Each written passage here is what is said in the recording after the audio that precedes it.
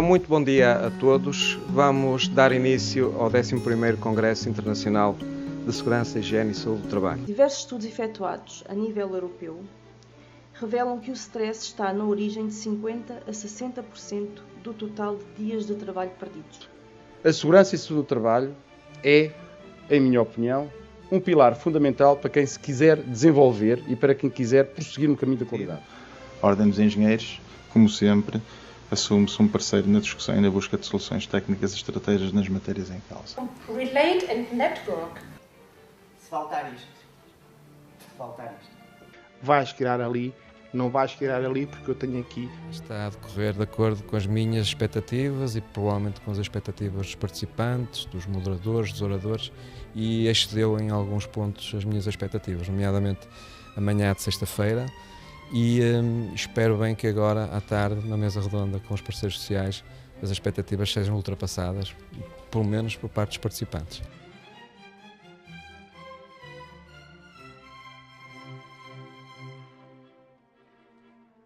É preciso não se criarem expectativas a mais.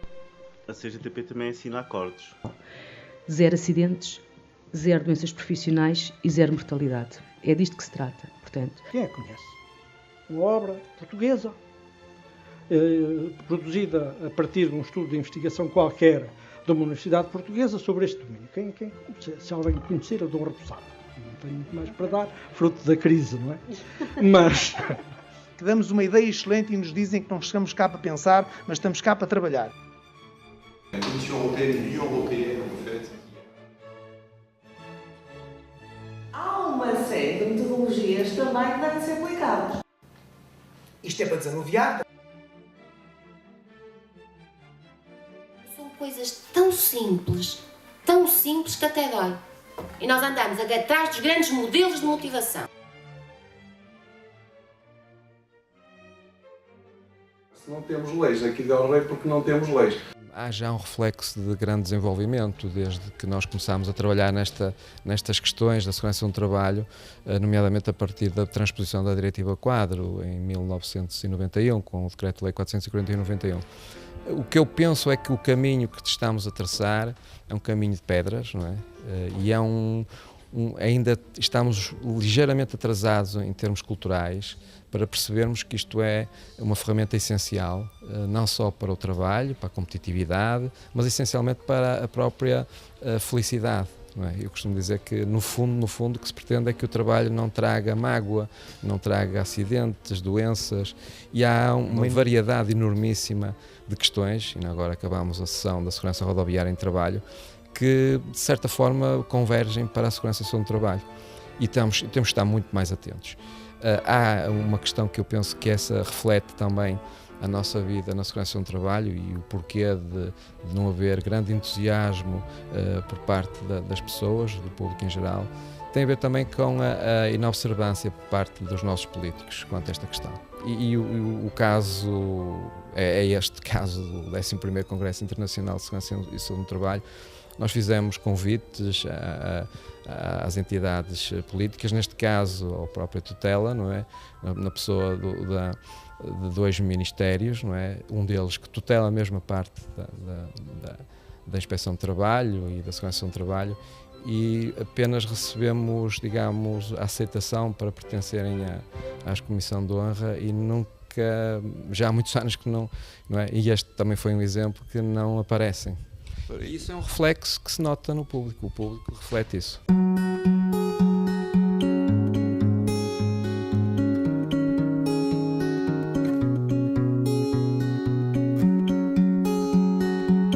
Em nome da Comissão Organizadora, saúdo-vos a todos e declaro aberto o 11º Congresso Internacional de Segurança e Saúde do Trabalho. Uma empresa que se quer competitiva tem que investir na segurança do trabalho. Uma empresa que vai morrer a curto prazo não investe na segurança do trabalho. Atendemos com a Ordem dos Engenheiros com o apoio da ACT. Eu aqui partilho inteiramente da da opinião do Sr. Inspetor-Geral de Trabalho, em que a ACT não tem que fazer legislação, tem obviamente de ser um parceiro social para discutir estas matérias e depois propor ao Estado atuações que depois dinamizem o bom trabalho. Mas com o apoio da ACT, a Ordem dos Engenheiros pode ser um parceiro estratégico naquilo que são as definições de perfis em função da intervenção técnica, científica, humana e social. Tudo isto no sentido de melhorar ainda mais aquilo que já é uma boa intervenção do ponto de vista geral da segurança e saúde do trabalho. Estamos naturalmente disponíveis para estas matérias, como sempre tivemos. A dinâmica e subsistência deste Congresso, que sempre foi realizado no Porto e vai na sua 11ª edição desde há 15 anos, é exemplo daquilo que acabo de dizer.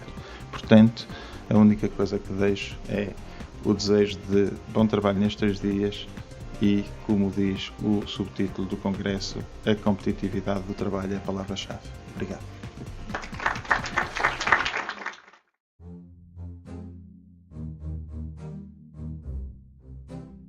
São consideráveis os custos económicos e sociais associados aos problemas de saúde derivados do stress no trabalho. Individualmente, desde logo, para o trabalhador, em termos de estigmatização, problemas de saúde física e mental, incapacidade para o trabalho, problemas a nível relacional e familiar, até risco de morte, incluindo o suicídio. Também são alguns exemplos a nível europeu desta situação. Para as empresas, estes problemas resultam em problemas nas relações laborais, crescente absentismo, rotatividade do pessoal, transferências internas, necessidade de investir em mais formação, motivação reduzida do pessoal, quebras na satisfação e criatividade e deterioração da imagem pública da própria empresa. O impacto global é, obviamente, a perda de produtividade e a queda da competitividade. O que é hoje conhecido é provavelmente apenas a ponta do iceberg. Os custos diretos e indiretos relacionados com estes problemas apenas recentemente começaram a ser quantificados. Mas para além dos enormes custos que os acidentes e doenças no trabalho representam para trabalhadores e suas famílias e para as empresas, estes são também muito relevantes no que diz respeito à produtividade e ao desenvolvimento económico dos países. Só para termos uma ideia global, e eu pessoalmente acho este número extremamente surpreendente e até agressivo. Só para termos uma ideia global, os nossos economistas estimam perdas anuais na ordem dos 4% do PIB mundial, o que corresponde a 20 vezes toda a ajuda feita ao desenvolvimento. É muito incrível este número.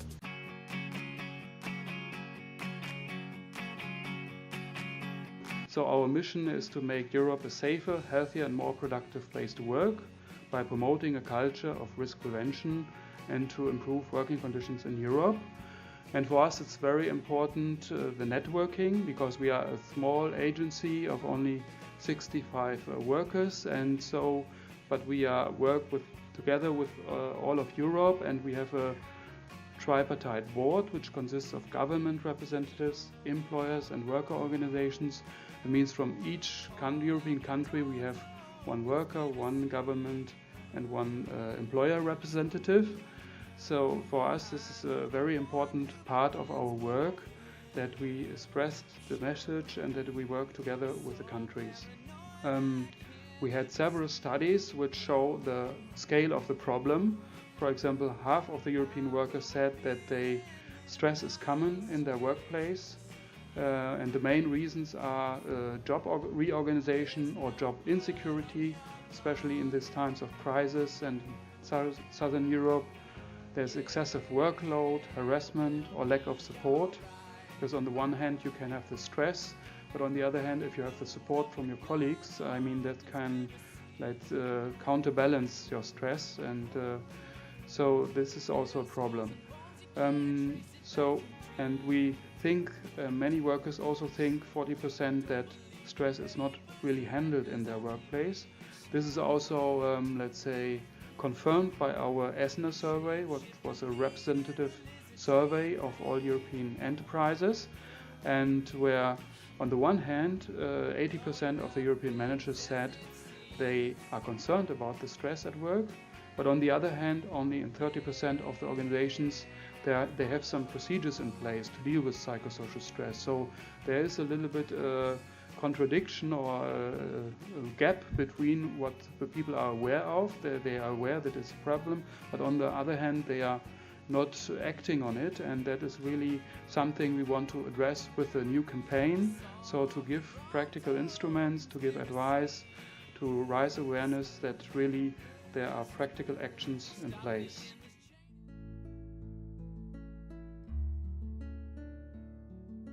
You have structurally the same problem, a strong decline of working age population. Of course, also I would argue due to the crisis, a lot of people are leaving, young employees are leaving. And secondly, you have a medium increase in the share of older workers 55 to 65. So that are the concern areas. I can't go into deeper detail, but I would say for policymakers, employers, trade unions, that should be a core concern where action is required, because this huge diversity within the country trigger already the debate of a two-tier Europe. Is it really possible in the future to do the same in all countries, or is it needed to have 2 tiers or even 3 tiers in the future? So Portugal, I would argue, there's a real need for strategic thinking. I'm not saying that you are not strategically thinking, but it's a real challenge to become a bit more specific what could be done. As mentioned already, we have already the shrinking of people in Europe who are working. You know, related to the EU 2020 strategy, that the employment rate of the population aged 20 to 64 should increase from currently around 69% to at least 75%. That is the employment target in the EU 2020 strategy. We argue also, based on our research, to achieve this goal by 2020, it's unavoidable, and Laszlo Andor pointed it out, more older workers have to be part of the workforce. You saw the differences between member states, and the question is how to do it. As questões relacionadas com as doenças profissionais, não é, ainda são um grande problema no nosso país, tal como se reflete no resto da Europa. E eu penso que aí sim, o nosso atraso é enormíssimo. E o exemplo fatal é este exemplo da confusão que foi instalada por causa da questão do amianto. Não é? Não basta que os políticos digam que já temos 117 escolas sem placas de fibrocimento. Não esquecer que Portugal foi o segundo maior produtor de fibrocimento do mundo e que tínhamos 2 grandes instalações industriais no nosso país, em Lisboa e no Porto, e que, de certa forma, Portugal está inundado, se for bem o termo, não é bem, mas é quase, de fibrocimento, e que o custo do desmantelamento de fibrocimento ultrapassa valores exorbitantes para as capacidades que o país tem. Portanto, e se provavelmente nós conseguíssemos refletir essa verdade junto do público, e se essa verdade fosse refletida pelos nossos políticos, provavelmente as reações seriam diferentes, mesmo dos parceiros sociais, não é? Portanto, daí a tal expectativa que eu tenho também da mesa redonda com os parceiros sociais, onde vamos trabalhar um bocadinho sobre esta pergunta: será que há sustentabilidade da segurança do trabalho em Portugal? Se há possibilidade para encararmos os riscos emergentes futuros com alguma serenidade? Estamos preparados para o impacto que pode ser o envelhecimento ativo, por exemplo, os riscos emergentes relacionados com os químicos, esta questão da segurança rodoviária ocupacional, enfim, uma série de questões que são algumas complexas, outras muito simples de resolver, se houvesse alguma vontade, e desculpem, política. Ao longo destas 2 décadas formamos muita gente. Portugal formou muita gente na área da segurança do trabalho. A obrigatoriedade de termos técnicos e técnicos superiores de segurança para desenvolver as atividades de prevenção nas empresas, a todos os níveis, conseguiu fazer com que esse desenvolvimento de formação e até de especialização se conseguisse. Agora, a questão que se coloca é saber até que ponto é que essas pessoas têm a motivação necessária para continuarem a trabalhar numa área tão dramática quanto esta, porque quase todos os dias, eu sou também docente universitário, me perguntam se isto é uma atividade de futuro. Eu costumo dizer que deveria ser, porque há, digamos, um vastíssimo campo de trabalho para os técnicos, mas, por outro lado, estes reflexos da crise económica, os reflexos de uma crise cultural que nós ainda temos, porque esta cultura da melhoria da segurança do trabalho ainda é muito precária, não é? conduz a uma dúvida, não é? Será que nós vamos conseguir, num futuro próximo, ter pelo menos uma maior motivação para o trabalho? Espero bem que sim, eu pelo menos tenho feito o possível, e muitos outros colegas meus têm feito o possível para que haja esse desenvolvimento e essa expectativa por parte das pessoas. E depende essencialmente da tutela, depende essencialmente do próprio governo em si, e depende também de uma outra questão fundamental, que é uma maior unidade, se assim se pode dizer, dos parceiros sociais, neste sentido. Eles são um elemento motivador muito importante, e eu espero bem que essa motivação continue. E este Congresso é certamente um contributo extraordinário para que isso aconteça. Se eu lhe perguntasse se já começou a projetar o que poderá ser o CIS 2016, como é que pelo menos gostaria que ele fosse? Nós começámos a projetar o CIS 2014 precisamente no CIS 2012, e tínhamos como principal objetivo este, que certamente já estamos a alcançar, que foi fugirmos um bocadinho das questões mais técnicas e irmos para as questões mais globais e tentar acompanhar um bocadinho os movimentos europeus sobre este prisma. Daí, digamos, o tema do Congresso deste ano: mais segurança e saúde no trabalho, mais qualidade no trabalho e mais competitividade. O CIS 2016 deverá acompanhar ainda um pouco este tema, mas vamos aguardar que a estratégia europeia, que vai ser apresentada em maio, nos traga mais alguma ilação para que nós possamos, enfim, pegar ou construir, digamos, o tema principal do CIS 2016 e depois colocá-lo na prática. Por isso, provavelmente vamos começar a construir o CIS 2016. 2016 vai realizar-se, com certeza, aqui no Porto, novamente, e provavelmente com um tema que acompanha a estratégia europeia 2015-2020. Última questão. Considera que o sucesso deste tipo de eventos depende também da conjuntura política, dos ciclos políticos, económicos? Há aqui uma relação de dependência entre o sucesso do impacto destas iniciativas com esses ciclos? Em parte existe. Nós sentimos isso. Nas conversas que tivemos nos momentos livres do Congresso, nomeadamente no almoço e ontem no jantar, com os convidados estrangeiros, refletimos um bocadinho sobre o número de participantes que tínhamos, por exemplo, no 7º Congresso e no 8º Congresso, que ultrapassavam as 500 de pessoas, não é? E este ano temos praticamente 180 pessoas, não é? Portanto, há realmente, houve ao longo do tempo, uma carência, não é? Nomeadamente económica, para haver participantes, não é? Ativos nos congressos. A tendência tem vindo manifestamente a ser de diminuição do número de participantes, desde 2006 praticamente, e penso que ela tem como principal motivo realmente a crise económica. Não me agrada pensar que sejam outros motivos, ou motivos, digamos, extra esta questão. Não me parece. Penso que essa é a motivação. E atenção, não estamos a falar apenas na falta de dinheiro, não é? O CIS estava hoje, portanto, o CIS deste ano tinha um valor bastante baixo comparado com os outros anos. Eu penso que também há uma outra questão fundamental, é que os técnicos de segurança e toda a comunidade da área da segurança no trabalho têm dificuldades em poder se ausentar dos seus locais de trabalho para estar presentes em 2 dias de congresso. Eu costumo dizer, isso já foi tempo, não é? Portanto, são essas as duas principais causas desta realidade. Agora, eu tenho sempre esperança que no futuro, digamos, as coisas se possam pelo menos alavancar até aos níveis que nós tínhamos em 2006, em 2007.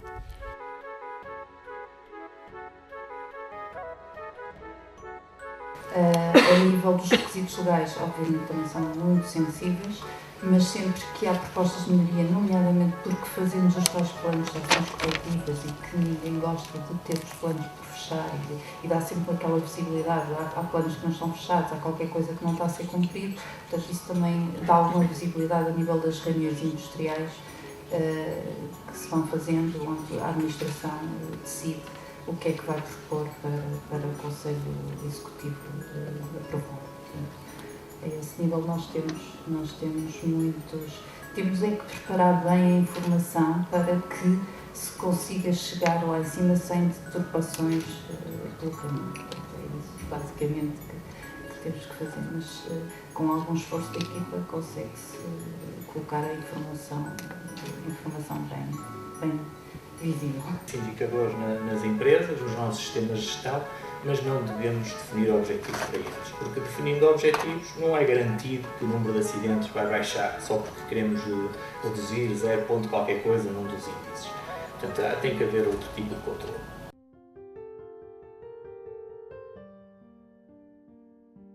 Portanto, estas metodologias não entram em acordo com valores limites da exposição, mas sim com simbologia de perigo, com frequência, com tempos de exposição, com perigosidade, frases R, frases S. Cada metodologia tem situações diferentes. No caso daquela que eu falei da Clarice Say, é uma metodologia muito mais apertada, mais esmiuçada, e essa sim, ao contrário desta da Coche, a Coche não prevê a via de entrada da étnica. Essa metodologia da Clarice prevê a entrada da via da étnica, entrando com outros parâmetros que não são os valores limites da exposição.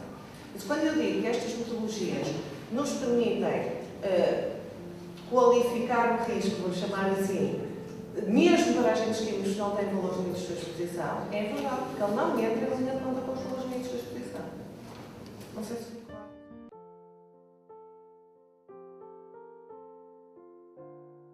Ou seja, as certezas que nós tínhamos, por exemplo, nas designadas sociedades industriais, ruíram atualmente, ou nas últimas décadas, e se tivermos em conta, por exemplo, as perspectivas do Ridgeback sobre as sociedades de risco ou outros autores que também defendem que vivemos numa sociedade de incerteza, não é? Ou seja, isto remete precisamente para este conteúdo dinâmico do mundo de hoje, onde se inclui também o mundo do trabalho. E, portanto, vale a pena refletirmos aqui que efeitos positivos e negativos é que o trabalho tem sobre nós, enquanto espécie, enquanto seres humanos, e também no nosso funcionamento psíquico, que também é uma dimensão importante.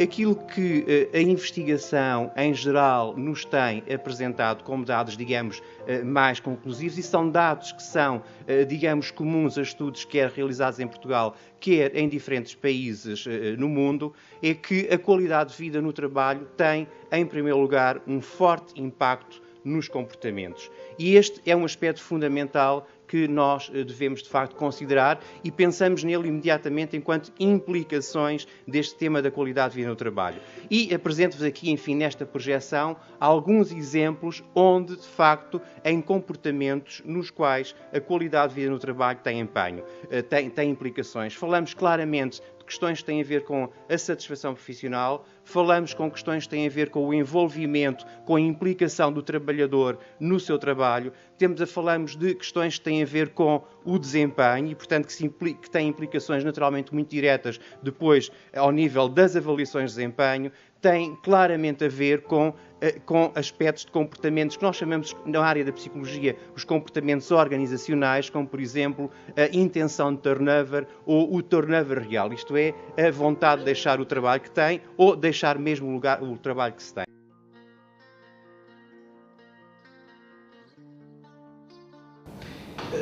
Esta questão dos produtos e dos dois sistemas concorrentes de certificação tem muito a ver com a origem, ou seja, onde é que eles estão mais implementados no mundo. Só para vos dar a última estatística, a comparação entre os dois sistemas, o sistema PFC e o sistema FSC. O sistema PFC tem uma área superior, estamos a falar já de 253 milhões de hectares certificados no mundo. No entanto, a sua expressão a nível de cadeia de custódia, ou seja, as empresas que utilizam esse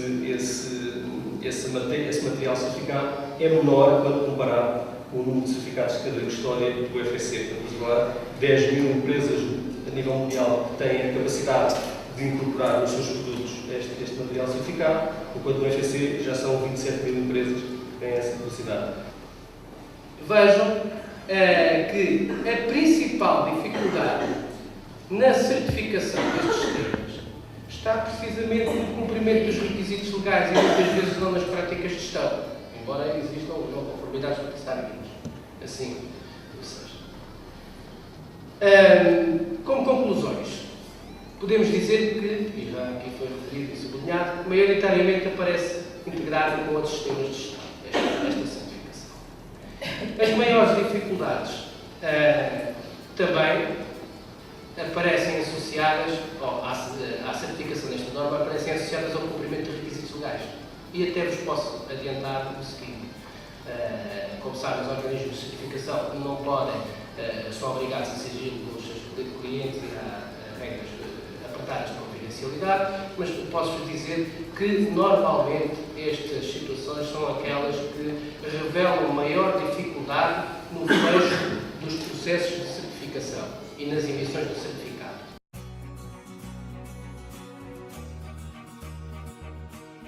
Só não tem stress quem morre. E como até agora ninguém voltou do outro lado para justificar se há ou não stress, o stress é o que nos faz viver.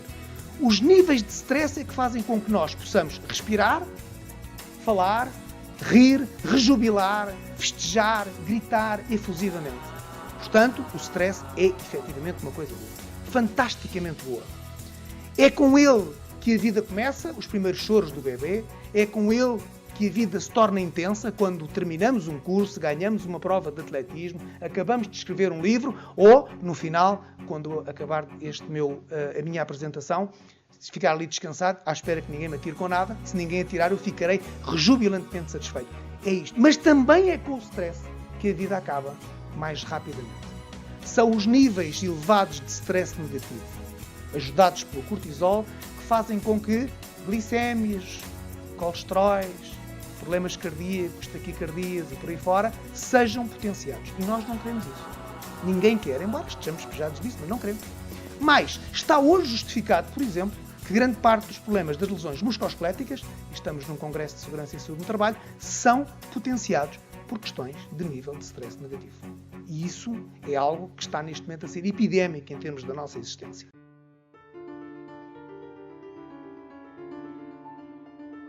Donc, on a des lois qui précisent et qui norment de plus en plus le travail, qui le réglementent en fait de plus en plus. On a un code du travail, quand j'ai commencé il y a 15 ans, qui faisait 2500 articles, aujourd'hui il en fait 5000. Et en même temps, on a un recours au juge qui reste très important, qui lui aussi s'est accru. Et ce recours au juge a pour objet en fait et pour effet de renforcer la responsabilité de l'employeur. Ce qui fait qu'on a des situations relativement tendues aussi dans les entreprises, notamment, alors, je parle du point de vue de l'inspection du travail, quand on va demander aux entreprises de respecter les réglementations. D'une part, on nous dit que la réglementation est très compliquée, très complexe à appliquer, et d'autre part, si on l'applique pas, on l'applique ou pas, dans tous les cas, les employeurs seront sanctionnés. Donc ça pose un certain nombre de difficultés pour se posicionner. E, portanto, a partir daqui vai-se construindo um sistema fruto da nossa ratificação da Convenção 155, da nossa adesão à Comunidade Europeia e da nossa transposição para o direito interno da Diretiva 4 da Segurança e Saúde do Trabalho. Portanto, de umas e de outras, fomos construindo ao longo do tempo um sistema que eu aqui reduzo a pouca coisa, e, portanto, padece do vício da simplificação, como todos sabemos. Portanto, implica-se com isso que é preciso formular políticas públicas. Elas têm que existir, é um dever constitucional e, portanto, estamos em omissão desde 2012 para 2016.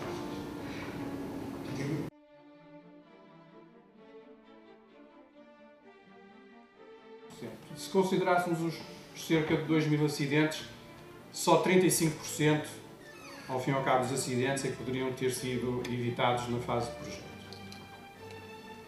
Porque depois, e aí a diretiva comunitária é capaz de ter razão, porque a fase de planeamento, não é, de preparação da obra, contribui com o equivalente a estes 35%. São 32%, mas ela não fez o estudo para a fase de preparação da obra. Quer no Brasil, quer em Portugal, a fase de preparação da obra faz parte da coordenação, em princípio, fará parte da coordenação de segurança na fase de obra e não na fase de projeto. Embora noutros países não seja assim. Portanto, como conclusões, eu devo dizer que apresentei estas mesmas conclusões numa conferência de segurança, onde estava a ISCO, apresentadas na conferência de segurança na Alemanha, na A+A, em Düsseldorf, em dezembro do ano passado, em que coloquei exatamente as mesmas questões que eu tenho aqui. Não é? Portanto, a primeira é se vale a pena ter um coordenador de segurança, não é? É uma pergunta na fase de projeto. Vale a pena ou não? Estamos a falar de 35%. É um número aceitável, não é? É melhor do que o coordenador de segurança, em vez de ter o coordenador de segurança na fase de projeto, deveremos ter um guia, como aquele que ela apresenta e distribuí-lo pelos projetistas. Devo dizer que há um professor da faculdade, que já está formado, que uma vez conversamos sobre estas questões e ele disse-me: não é preciso coordenador de segurança para nada, o que nós precisamos realmente é de treinar os projetistas. Portanto, é uma opinião, não é? Daí a minha pergunta. Okay? Eu não estou a dizer qual é a minha resposta, mas é uma pergunta.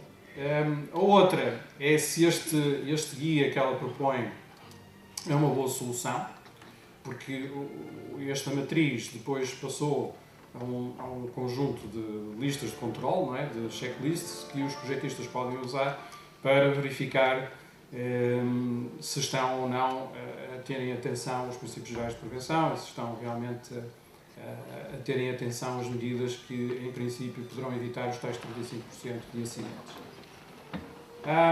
E a outra, que tem a ver com esta audiência, é como é que este estudo pode cooperar com outros estudos, não é? Com outros trabalhos e com outras iniciativas, porque isto é um estudo de uma pessoa, mas há entidades, há companhias de seguros, há as entidades governamentais, há outros investigadores, são as pessoas que estão a fazer a coordenação de segurança. Como é que nós podemos melhorar o que ela fez? E ver aquele desenho a montar-se, aquela espécie de montar-se, com a interação das pessoas, necessária interação das pessoas, e esse exercício é fundamental. E se quando tivermos um projeto de uma escavação, seja de uma cofragem, seja de uma estrutura metálica, seja de um andaime, é que pintar a parede não tem riscos praticamente nenhuns, se for ao ar livre. Mas montar o andaime, ali é que está o risco.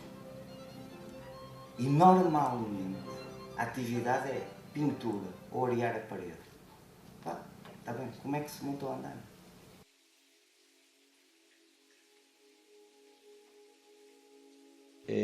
Que vean ustedes qué se está haciendo con esta norma en otros países y cómo puede ayudar a las organizaciones a reducir los accidentes de tráfico, los accidentes mortales en las organizaciones y en las carreteras. El tema de la norma que les voy a presentar es una norma muy relevante que está teniendo mucho impacto a nivel mundial, que es el idioma de todos los países hoy en día en los temas relacionados con la seguridad vial, que organismos como Naciones Unidas en el Plan Mundial del Decenio para la Seguridad Vial 2011-2020 ya lo incluía como uno de los pilares básicos, la promoción de las actividades relacionadas con la gestión de la seguridad vial basadas en la ISO 39001, y Naciones Unidas ya hablaba de esto incluso antes de la publicación de dicha norma.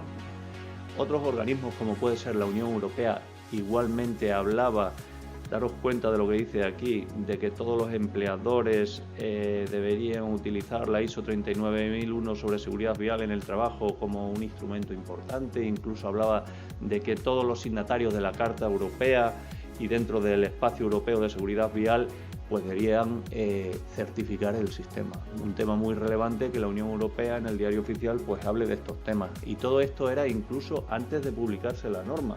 Es decir, había una gran expectativa por la publicación de esta norma, por los beneficios que podía aportar a la seguridad vial, y realmente así ha nacido dicha norma.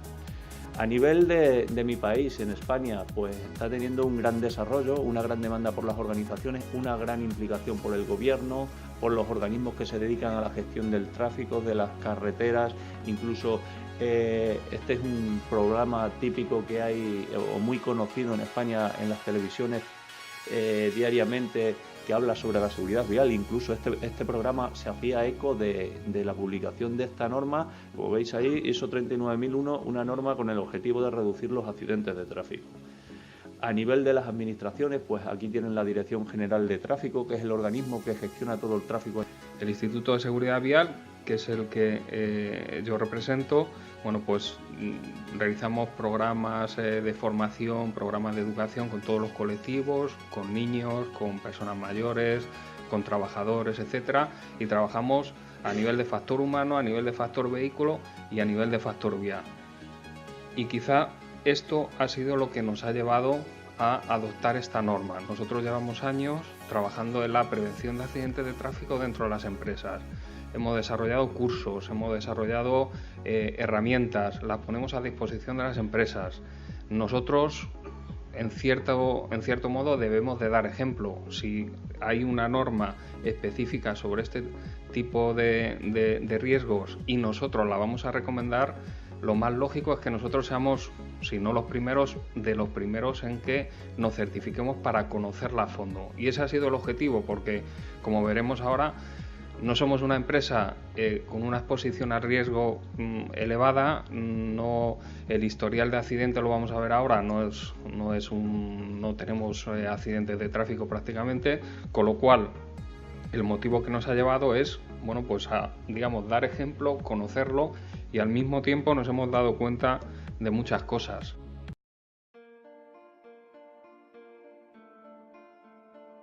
Se o emprego é condição necessária para a qualidade de vida no trabalho, ele emprego não é, todavia, condição suficiente. E não é condição suficiente porque, naturalmente, creio eu, há um conjunto vastíssimo e, porventura, alguns deles tão importantes quanto o emprego, que concorrem para essa qualidade de vida no trabalho, desde logo em 3 domínios sectoriais e que são fundamentais também para as políticas públicas e para o bem-estar social, tais como educação, saúde e segurança social.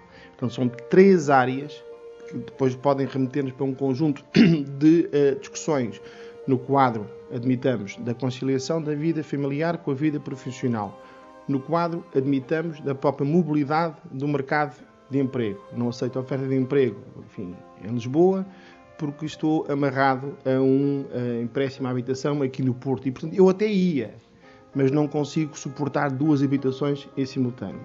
Não aceito uma oferta de emprego, porventura, em Gondomar, porque o meu filho tem que estar na escola até ao final do ano letivo aqui no Porto. E, portanto, é difícil, pese embora faltem 3 ou 4 meses para o ano letivo acabar, aproveitar esta oportunidade do momento. Portanto, há um conjunto, na minha opinião, de outros fatores para lá do emprego que são, alguns deles, repito, tão importantes, porventura, para que possamos discutir neste quadro das relações laborais as dimensões do emprego e da qualidade de vida no trabalho.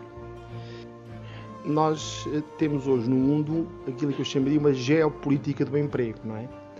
Quando os países, e mesmo quando as regiões, concorrem por investimento, estão a concorrer por emprego. Quando entram na competição pelo investimento e pela atração do investimento, estão fundamentalmente a entrar numa competição por emprego, por postos de trabalho, que são essenciais para cada um daqueles que vai ocupar esses postos de trabalho e que são essenciais negativamente para cada um daqueles que não os ocupam, porque o investimento foi para o lado A e não foi para o lado B, mas que são também decisivos do ponto de vista da sustentabilidade do próprio país ou região que conseguiu atrair o investimento e, portanto, conseguiu atrair o emprego. E ao ter atraído o emprego, permite a discussão sobre a qualidade de vida no trabalho. E ao ter a discussão sobre a qualidade de vida no trabalho, significa que tem pessoas a trabalhar. Desde logo, em circunstâncias melhores, em circunstâncias piores, com regras diferentes, obviamente, em função dos blocos regionais, desculpem, que possam ser aqui chamados para a discussão, mas já estamos nesse patamar da existência de postos de trabalho que estão preenchidos, há trabalho, e, portanto, vamos a discutir a qualidade de vida no trabalho. Esta questão da geopolítica do emprego, julgo que é igualmente decisiva do ponto de vista da própria sustentabilidade da lógica de um Estado social.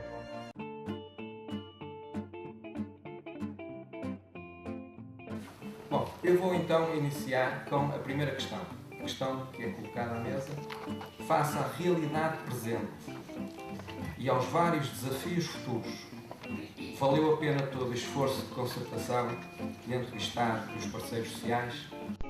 A CGTP também assina acordos ao contrário do que se faz passar muitas vezes por aí, que a CGTP não assina acordos. Mas, curiosamente, deixam-me dizer-vos, desabafar entre vós, é que os acordos que a CGTP assinou, muitos deles não foram cumpridos. Alguns na área da segurança e saúde no trabalho, o acordo sobre a segurança social de 2001, cuja legislação foi a seguir alterada, e o último, entre outros, formação profissional também, assinámos, e o último que também está ainda por cumprir é o do salário mínimo nacional. Vá-se lá saber porque estes acordos que a CGTP assina não são cumpridos. Bom, mas quanto à questão que coloca, é evidente que da nossa parte nós não podemos fazer uma apreciação negativa, fazemos aliás uma apreciação positiva deste ordenamento jurídico, todos os acordos que foram feitos, porque isso permitiu-nos, a partir de certa altura, ter mecanismos que enquadrassem, e certamente o Sr. Inspetor-Geral da ACT abordará também esta questão melhor do que eu, porque sou novo nestas andanças, entre aspas, que nos permitiu, a certa altura, ter aquilo que era um quadro normativo que estabeleceu as políticas públicas para a promoção da saúde e segurança no trabalho. Eu sou muito pragmático nestas coisas e vou já passar a dar aqui um saltinho. Por exemplo, como saudámos isto, fomos extraordinariamente críticos quando, por exemplo, houve a extinção do IDICT, agora do IDICT, e se criou a ACT. Nós, e depois aqui vou dizer isto a dois níveis, porque uma das coisas que achávamos é que a ACT estava a maltratar a questão da prevenção, dado que o coordenador da segurança era uma pessoa meramente decorativa dentro da hierarquia da ACT e, portanto, e isso vê-se hoje no terreno, que, de facto, a Autoridade das Condições de Trabalho maltrata a prevenção e não faz chegar a mensagem da prevenção aos destinatários que era preciso fazer. Mas não há um pensamento oportuno de considerar que 90 e quase 9% das empresas são pequenas e microempresas e, portanto, não há uma política relativamente a essas empresas. A UGT e os restantes parceiros sociais sempre entenderam e têm vindo a entender que, de facto, e também não é por acaso que a CGTP assinou os acordos, porque realmente em matéria de segurança e saúde do trabalho temos estado com modos operandi diferentes, objetivamente, mas os parceiros sociais têm conseguido alcançar consensos, que é importantíssimo. Noutras matérias não tem sido possível, mas realmente nesta, que é fundamental, tem sido. Portanto, ao longo dos tempos, a UGT e os restantes parceiros sociais têm vindo a defender uma verdadeira cultura de prevenção, que nos conduz a um objetivo: 0 acidentes, 0 doenças profissionais e 0 mortalidade. É disto que se trata, portanto. Sendo que desde a primeira hora que abraçámos estas causas objetivamente, desde 91, porque todos partimos deste pressuposto, todos queremos isto. A vida humana não tem preço, não se consegue dizer quanto vale, portanto, as incapacidades são problemas muito graves. A nossa saúde está acima de tudo, não é? Que quando vemos os dados disponíveis, quer dados da OIT, quer dados da Agência Europeia, quer dados da Autoridade das Condições de Trabalho, de facto temos que ficar chocados, porque os dados ainda são manifestamente preocupantes. Mas também temos que conhecer que, quer ao nível nacional, quer ao nível europeu, se fizermos uma análise dos últimos 20 anos, avançámos muito e houve um avanço muito progressivo. Agora, naturalmente, não podemos estar satisfeitos. Temos que avançar. E temos que avançar, e achei piada quando vi o título desta mesa redonda, para, na nossa perspectiva, a consolidação parte pela consolidação de uma verdadeira cultura de prevenção. E essa verdadeira cultura de prevenção exige muito mais do que mera legislação. Uma nota prévia. O que tem na vossa frente, isto é, a composição da mesa, à exceção aqui de Alberto Silveira, é nem mais nem menos que o Conselho Consultivo de Promoção da Segurança e Saúde do Trabalho da ACT. Portanto, o que eu tenho para dizer neste particular domínio é que o sucesso que tivemos é notável, por comparação com outros países, sejam eles quais forem, que se queiram comparar com aquilo que fizemos, no entretanto, e apesar de tudo, com a rapidez com que o fizemos. 20 anos é muito pouco, porque a nossa tradição era de indigência, até 91. Os textos de lei contêm atrocidades na linguagem. Não é o acordo ortográfico, é a própria linguagem. Conceitos que foram completamente disturbados, que são fundamentais hoje em dia, que nos outros países são consolidados. Ai daquele que não saiba qual é este conceito, local de trabalho, disto, daquilo. Nós não. Variamos. E depois temos essa dificuldade de transpor realmente a legislação para a prática. E qual é basicamente o sentimento? É de descrédito. De que é? Da lei. E depois o que é que acontece? Sinistralidade. Ok? Mas, como aqui foi dito, há revelações que nós não conhecemos. Como, por exemplo, sabemos um pouco da sinistralidade de acidente de trabalho, mas agora pergunto-vos de uma forma sincera, e vocês são capazes de ter uma ideia da sinistralidade de doença profissional neste país ou na Europa? Não. E provavelmente este aumento absolutamente epidemiológico de cancros, por exemplo, do pulmão, não é? Poderá estar muito relacionado com as antigas formas de trabalhar. E o amianto é, sem sombra de dúvida, um exemplo fatal como o destino. Portanto, meus senhores e minhas senhoras, eu queria fechar este congresso agradecendo a vossa participação, já agora a resistência dos resistentes que ainda se encontram nesta sala, agradecer a participação dos parceiros sociais, agradecer todas as pessoas que nos apoiaram e contamos estar com vocês provavelmente em 2016 com um novo SIS, neste caso o SIS 2016, que terá como principal tema, vou abrir aqui um bocado ele, o principal tema desse congresso vai ser começado a trabalhar na próxima segunda-feira, já com uma ligação muito direta à nova estratégia europeia de 2014-2020. Portanto, o nosso próximo congresso vai acompanhar aquilo que for preconizado na própria estratégia europeia. Queria deixar uma palavra de apreço e de certa forma, demonstrar que, mesmo assim, em tempos de crise, tivemos um congresso muito interessante do ponto de vista do nível e da qualidade do tema que foi aqui apresentado. Os oradores e moderadores foram realmente escolhidos a dedo, isso sim, foram realmente convidados pela Comissão Científica, cada membro moderador já agora era membro da Comissão Científica e tinha a sua responsabilidade o painel. E, portanto, como eu confiava e confio muito nos moderadores que tive no Congresso, os oradores foram excelentes. E uma palavra de apreço também à OIT, à ACT, à Fundação Europeia para a Melhoria de Condições de Vida e de Trabalho, que foi a primeira vez que esteve neste Congresso aqui no Porto, à ISS e à Agência Europeia para a Segurança do Trabalho, e também agradecer, neste caso, à SAGIS e à TIPSAL e a todos aqueles que nos apoiaram, nomeadamente à Fundação MAFRE, ao ISLA de Vila Nova de Gaia e a todas as outras entidades que de certa forma acabaram por proporcionar todo este congresso. E uma palavra muito especial de apreço aos participantes que conseguiram, digamos, demonstrar interesse e vontade em continuar a trabalhar nesta área.